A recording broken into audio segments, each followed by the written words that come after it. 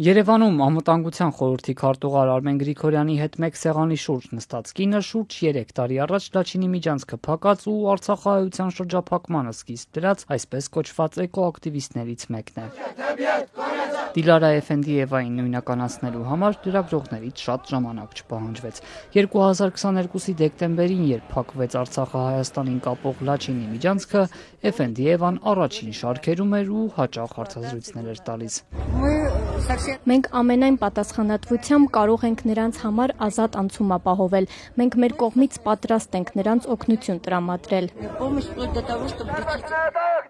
Այսպես կոչված էկոակտիվիստների ակցիաներից հետո Լաչինի միջանցքն այդպես էլ չբացվեց։ Ղարաբաղում հումանիտար ճգնաժամ սկսվեց, մթերքը չէր հերիքում, վառելիք չկար։ 9 ամսվա շրջափակումից ճլատված ժողովուրդը 2023-ի սեպտեմբերին ադրբեջանական ռազմական ագրեսիայից հետո բռնեց գաղթի ճամփան, Արցախում թողնելով ամեն ինչ։ Արցախի հայաթափումից հետո արդեն Էֆենդիևան Ադրբեջանի պետական հեռուստաալիքի եթերում Բաքվի քարոզչական թեզեր ներկրկնում, թե իբր քչերն են իրենց կամքով հեռացել։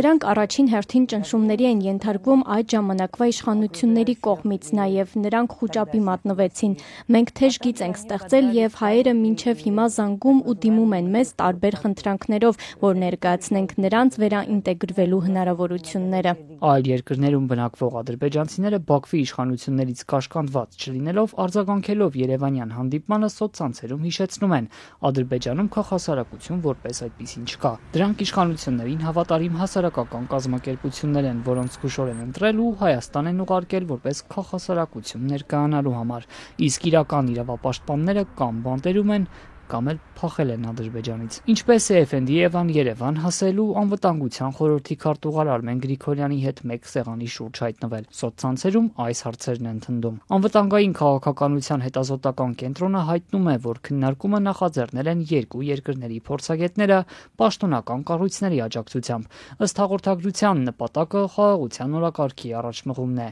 Հանդիպման ավարտին էլ պատրաստակամություն են հայտնել շարունակել համատեղ նախաձեռնությունները։ Հայաստանի իշխանությունները մեծ հաշվով թքած ունի, թե այդ ամեն ինչի նկատմամբ ինչ զգացողություններ ունեն արցախցիները։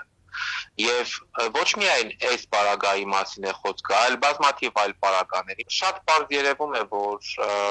մեծ հաշվով ոչ ապրոմակցում կա այդ իշխանության կողմից արցախցիների նկատմամբ, ոչ զգուշավորություն կա, որ հանկարծ որևէ քայլ չնեղացնի, չվնասի կամ մարդկանց տառապանքները չխորացնի։ Արցախի օմբուդսմեն Գեղամ Ստեփանյանի կարծիքով Հայաստանի պատկան մարմիններն ամենևին էլ անտեղյակ չեն եղել, թե ովքեր են Երևան գալիս, պարզապես չեն ցանկացել արգելել։ Վստահ եմ, որ պատկան մարմինները իմացել են բոլորի մասին առանձին ինֆորմացիա ունեցել են։ Այլ հարց է, որքանով են ունակ կամ կարողացել հակադարձել կամ ասել, որ այդ ցանկալի չէ։ Ինձ համար ընդհանրապես զարմանալի չէր, որ տվյալ անձինք եկել են, պատտվում են կամ նրանց մեջ կա մարդով, որ ըստ էության Արցախի էթնիկ զտման վերջին արարին է մասնակցել իր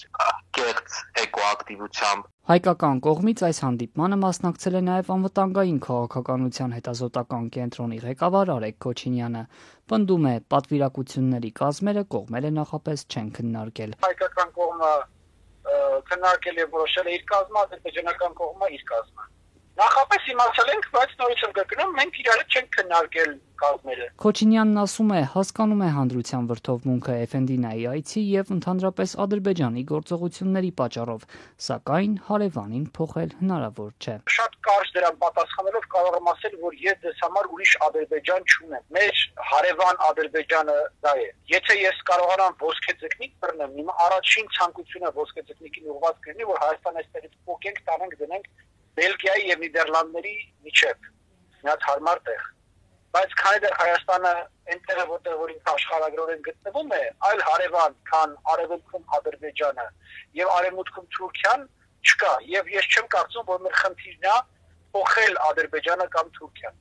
Մեր խնդիրն է Ադրբեջանի եւ Թուրքիայի հետ հարաբերությունների կարգավորման գնալ։ Դիլարա Էֆենդիևայի ցած քննարկմանը մասնակցում էին եւս 4 ադրբեջանցիներ։ Նրանցից Ֆարհադ Մամեդովն օրինակ 2023-ի սեպտեմբերին Լեռնային Ղարաբաղի վրա ադրբեջանական հարձակման ժամանակ կրկնում էր պաշտոնական Բաքվի թեզը, թե հակաահաբեկչական գործողություն են իրականացնում։ Ողբերգական իրադարձություններից 9 ամիս առաջ էլ ինչպես իր մյուս գործընկերները պնդում էր, թե Լաչինի միջանցքը փակվել է էկոլոգիական պատճառներով։ Հանդիպմանը մասնակցած Ռուսիֆ Հուսեյնով այդ ժամանակ նույն բովանդակ գրառումներ էր անում։ Անզեն ադրբեջանցիները պետք է անարգել մուտք ունենան Ստեփանակերտ հարակից տարածքներ ու անթակույց հայտարարում էր Լաչինի միջանցքը հայերի գլխավերևում կախված դամոկլյան սուր է, որը հիշեցնում է, թե ով է տարածաշրջանում գերիշխողը։ Իդեպ այցի ընթացքում ադրբեջանցիները հասցրել են նաև զբոսնել Երևանում, լուսանկարներ անել ու դրանք հրապարակել սոցցանցերում։